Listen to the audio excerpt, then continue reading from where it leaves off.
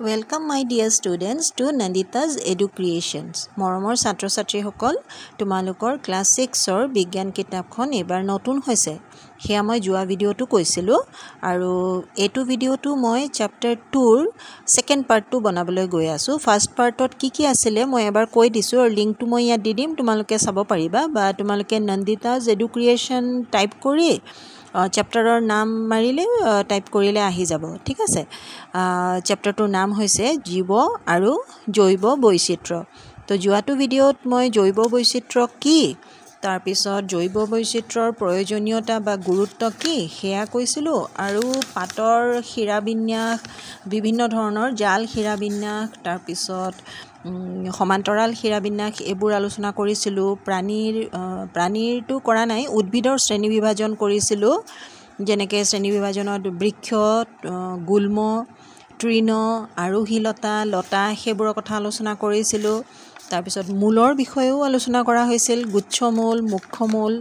এবোৰ আৰু তাৰ পিছত বীজ বা বীজপত্ৰ একবীজপত্ৰী দ্বিবীজপত্ৰী সেই গুটেইখিনি আমাৰ দ্বিতীয় চ্যাপ্টাৰৰ যেটো প্ৰথম খণ্ড হেতু ভিডিওত মই আলোচনা কৰিছিলো এতিয়া এটো খণ্ড দ্বিতীয় খণ্ড মানে সেকেন্ড চ্যাপ্টাৰৰ এটো সেকেন্ড পাৰ্ট বনাই আছো আৰু এটা পাৰ্ট বনাও তাত মই কোৱেশ্চন আনসাৰৰ কাৰণে অকল থম তো এই সেকেন্ড পাৰ্টত মই কি আলোচনা কৰিম হেয়া এবাৰ চাই লোৱা ইয়াত প্ৰথমতে আমি আলোচনা কৰিম ডক্টৰ ৰবীন বেনাৰ্জীৰ বিষয়ে আসলতে আলোচনা ঠিক নকৰো কাৰণ তোমালোকে চোৱা স্ক্ৰিনত তেখেতৰ বিষয়ে তোমালোকৰ পেজ নম্বৰ 42 ত বৰ ধুনিয়াকৈ দিয়া আছে পঢ়িবা তেওঁ কোন আছিল তেওঁ কিয় বিখ্যাত আৰু প্ৰকৃতিক তেওঁ কি দৰে মৰম কৰিছিল তোমালোকে যদি আৰু এক্সট্ৰাকৈ জানিব বিচাৰা তেতিয়া হলে গুগল সাৰ্চ কৰিবা তাত উইকিপিডিয়াত তেওঁৰ বিষয়ে জানিব পাৰিবা আৰু ইয়াত যে এটা তেওঁৰ ঘৰখনক যে এটা মিউজিয়ামলৈ ৰূপান্তৰিত কৰা হৈছে তেওঁৰ যেটো ঘৰ গোলাঘাটত থকা ঘৰ হেয়া এতিয়া এটা মিউজিয়ামলৈ ৰূপান্তৰিত কৰা হৈছে সেই তাৰ মিউজিয়ামৰ ভিতৰ ভাগৰ ফটো তোমালোকে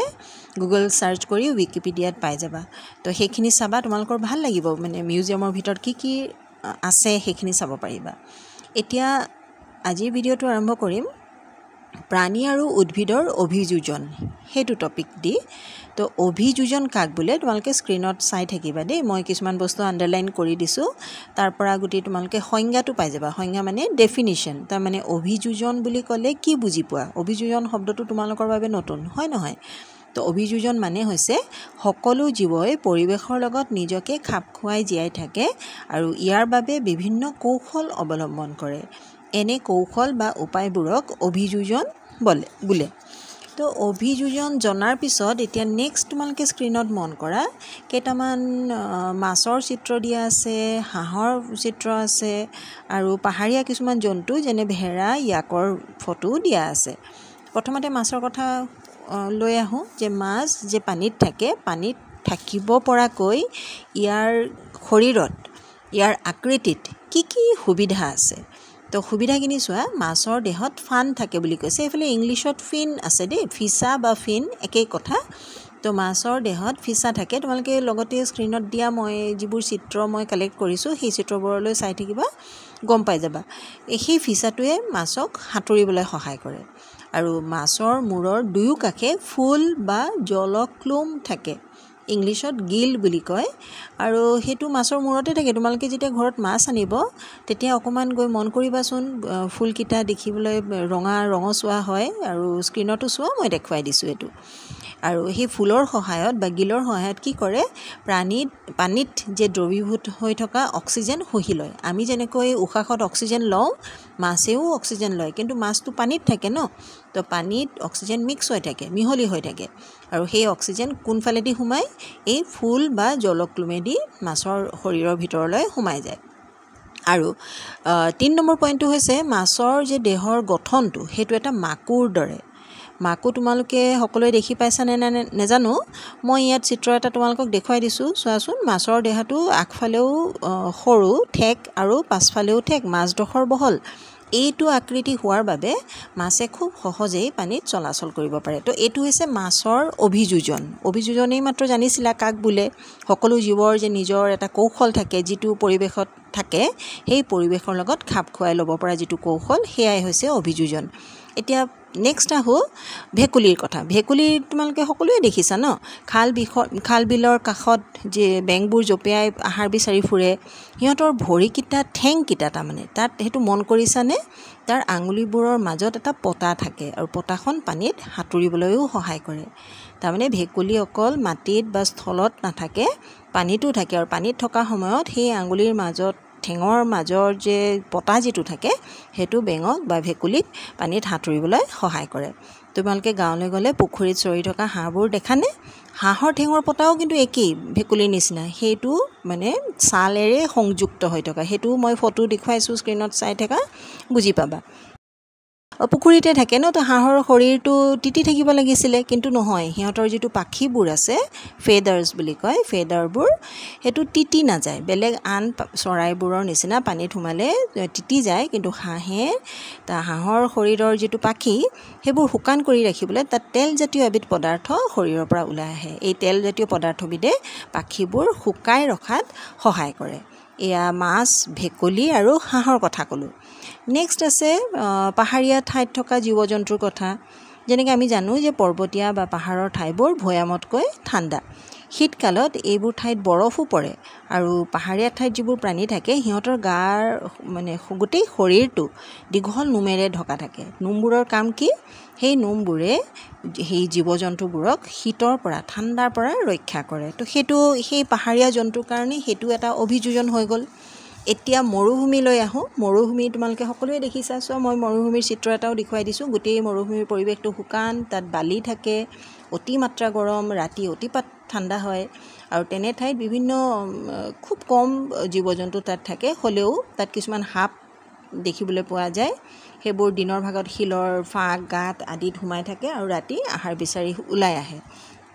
আৰু মৰুভূমিতটো পানী একেবাৰে কম থাকে, আমি সকলোৱে জানো।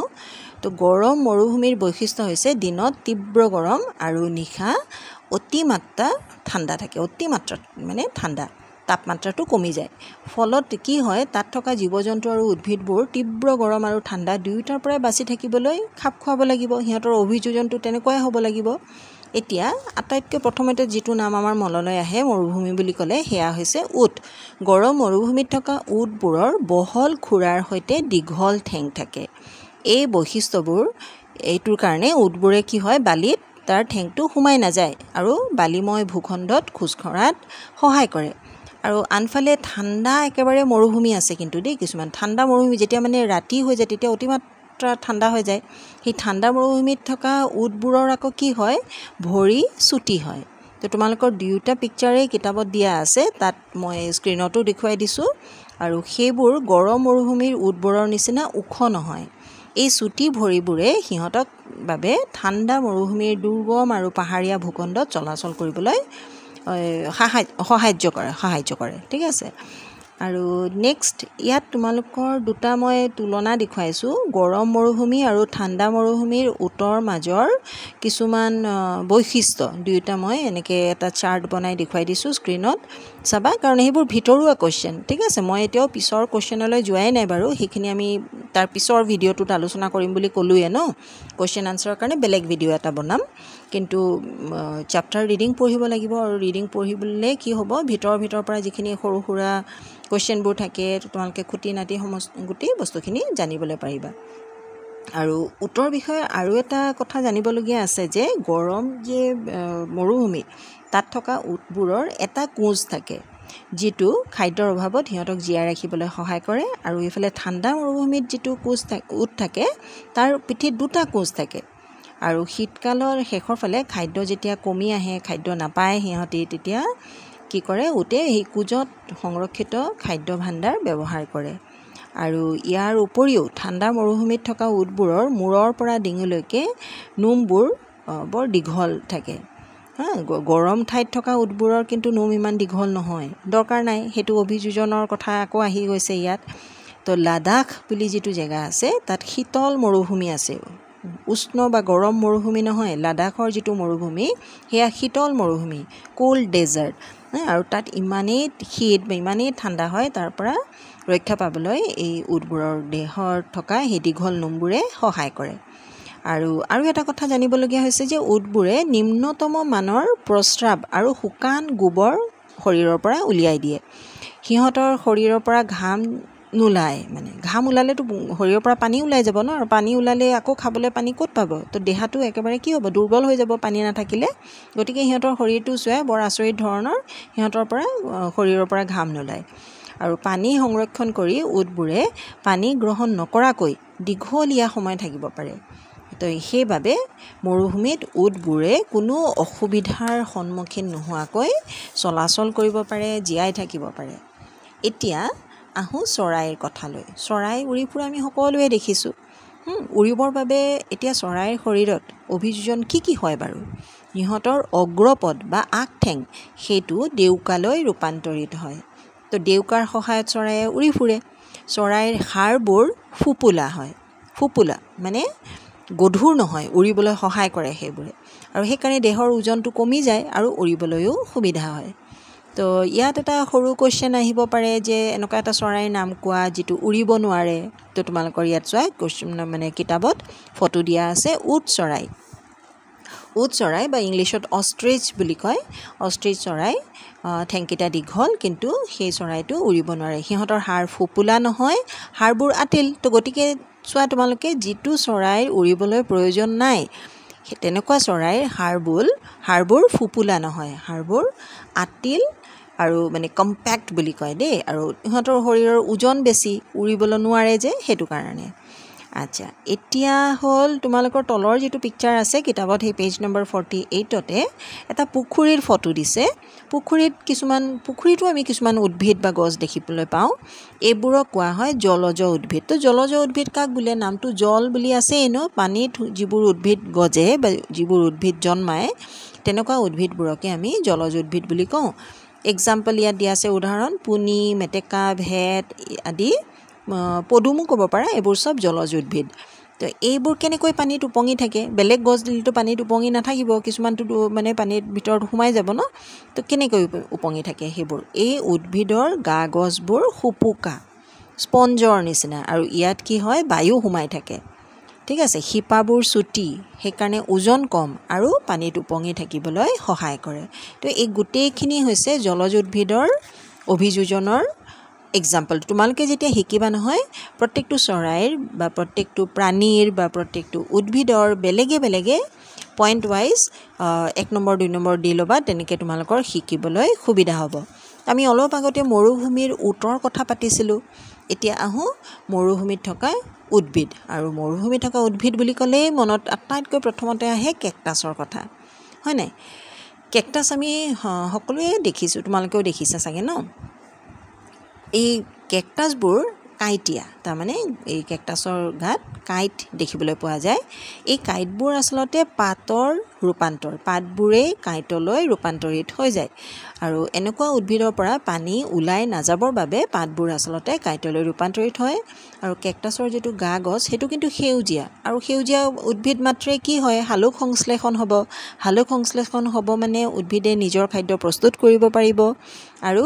সেইকাৰণে কেকটাছেও নিজৰ মানে হালুক সংশ্লেষণ পদ্ধতিৰ মাধ্যমে নিজৰ খাদ্য প্ৰস্তুত কৰিব পাৰে কেকটাছৰ কাণ্ড মঙহাল আৰু ইয়াত পানী জমা হৈ থাকে তো কেকটাছৰ অভিযোজন কি হ'ল ইয়াত কাইট থাকে কাইটবোৰ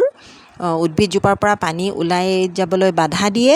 আৰু কেকটাছৰ পাতবোৰ ডাঠ ইয়াত মানে মঙহাল আৰু তাত পানী জমা হৈ থাকে গতিকে বহুদিন পানী নোহোৱাকৈও গছবোৰ জীয়াই থাকে আমাৰ ইয়াৰ গছবোৰ যেনেকৈ অলপ দিন মানে যদি পানী নাপায় বৰষুণ নাপায় মৰি যায় শুকাই যায় তো কিন্তু মৰুভূমিৰ কেকটাছ বা আন যিকোনো উদ্ভিদে তেনেকৈ মৰি নাযাব এতিয়া পৰ্বতৰ ওপৰৰ ওখ ঠাইত তাতো কিছুমান গছ হয় তোমালোকে চোৱা চিত্ৰটো দেখিলে গম পাবা তাৰ গছবোৰ দেখিছানে আকৃতিটো অদ্ভুত কিন্তু এইটো শংকু আকৃতি বুলি কয় শংকু আকৃতি ইংলিছত এইটো কোন শেপড বুলি কয় তোমালোকে যে আইচক্ৰীম খোৱা আইচক্ৰীমৰ যে তলৰ অংশটো সেইটো শংকু আকৃতি বাৰ্থডেত যে টুপি পিন্ধে সেয়াও শংকু আকৃতিৰ ঠিক আছে তো তাত কিন্তু আমি আম কঁঠাল গছৰ নিচিনা জোপোহা গছবোৰ তাত দেখা নাপাওঁ তাত সব গছ যিবোৰ আছে সব শংকু আকৃতিৰ কিয় এনেকুৱা হয় এইটো এটা অভিযোজনৰ কথা ইয়াত আহি গৈছে যে শীতকালত আমি জানো যে তুষাৰপাত হয় মানে বৰফ নামি আহে ন বৰফপাত হয় বৰফ পৰে আৰু বৰফবোৰ যদি আমি আম কঁঠাল গছৰ নিচিনা গছবোৰৰ ওপৰত যদি বৰফ পৰে তাতে লাগি ধৰিব কিন্তু এই শংকু আকৃতিৰ গছবোৰত কি হয় বৰফবোৰ শুকাই বৰ সহজতে পিছলি নামি আহিব পাৰে যেনে দেৱদাৰু গছ বা পাইন গছ সেইবোৰ ঠাণ্ডা জায়গাত বা যেনেকৈ য'ত বৰফ তুষাৰপাত হয় তেনেকুৱা জায়গাৰ গছবোৰ তো সেইটো হৈছে পাহাৰ পৰ্বতত থকা গছৰ অভিযোজনৰ উদাহৰণ ইয়াৰ পিছত আৰু এজোপা গছৰ কথা তোমালোকৰ কিতাপত দিয়া আছে ৰড'ডেনড্ৰন উচ্চাৰণটো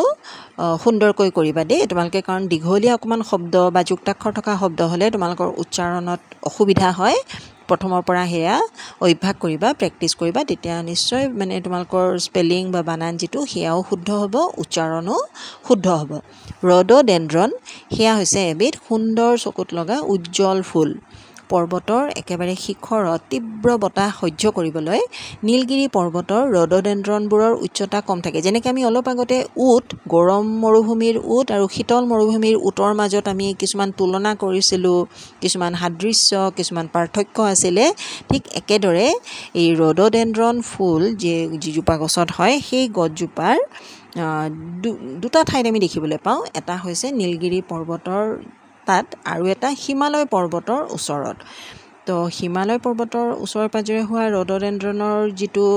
বৈশিষ্ট্য আৰু নীলগিৰি পৰ্বতত পোৱা ৰড'ডেনড্ৰনৰ বৈশিষ্ট্য সেয়াও মই ইয়াত এটা তালিকাৰ নিচিনাকৈ দি দিছোঁ তোমালোকৰ পঢ়িবলৈ বা শিকিবলৈ সুবিধা হ'ব আৰু এই পেজ নম্বৰ 52ৰ তলৰ ফালে অসমৰ গড় সংৰক্ষণৰ কথা এটা দিছে তোমালোকে পঢ়িবা এনেকুৱা এইবোৰ ধুনীয়াকৈ বক্স বনাই দিছে ন চকুত পৰাকৈ তোমালোকে সেইখিনি পঢ়ি পেলাই আগতে গড় কিমান আছিলে কিমান চনত গড় একেবাৰে কমি গৈছিলে তাৰ পিছত কিয় কমি যায় আৰু তাৰ পিছত কিমান চনৰ পৰা গড়ৰ সংখ্যা বাঢ়িবলৈ আৰম্ভ কৰিছে তাৰ কাৰণে আমি কেনেকৈ সচেতন হ'ব লাগিব সেই কথাবোৰ তাত আছে তোমালোকে পঢ়ি শিকিবা সেইখিনি আৰু মই ইয়াত আলোচনা নকৰিলোঁ নেক্সট আছে আবাসস্থলী বা হেবিটেট আবাসস্থলী বা বাসস্থলী মানে আমি একো সায়েন্স কিতাপ নপঢ়াকৈ আমি বুজিব পাৰোঁ ন যে জীৱ এবিধে স্বাভাৱিকভাৱে যি ঠাইত বাস কৰিব পাৰে সেই ঠাইকে জীৱবিধৰ আবাসস্থলী বুলি কোৱা হয় মই